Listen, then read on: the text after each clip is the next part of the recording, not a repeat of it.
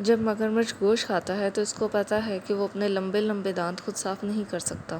اور اس کو یہ بھی پتہ ہے کہ اگر وہ اپنے دانت صاف نہیں کرے گا تو اس کے دانت گل سڑ جائیں گے اور وہ شکار کے قابل نہیں رہیں گے، وہ شکار نہیں کر سکے گا۔ تو وہ اپنے دانت صاف کرنے کے لیے کیا کرتا ہے کہ وہ ایک بڑا سا منہ کھول کر لیٹ جاتا ہے اور چھوٹے چھوٹے پرندوں کو، برڈز کو آنے دیتا ہے، اور وہ اس کے دانتوں میں پھنسے گوشت کے ٹکڑوں کو نکال کر کھا جاتے ہیں۔ سوچیں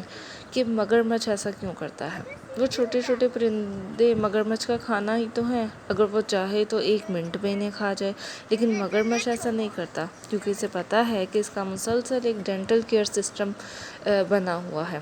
اور اگر وہ ایسا کرے گا تو وہ 1 منٹ میں ختم ہو جائے گا۔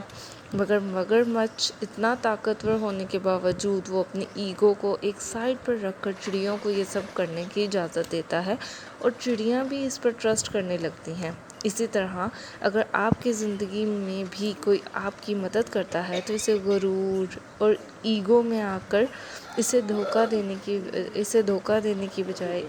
اس کو نیچا دکھانے کی اور اس کو نقصان پہنچانے کی کوشش مت کریں، کیونکہ جانور بھی یہ سمجھتا ہے کہ جو اس کی مدد کرتا ہے اس کو کس طرح رسپیکٹ دی جاتی ہے۔ بس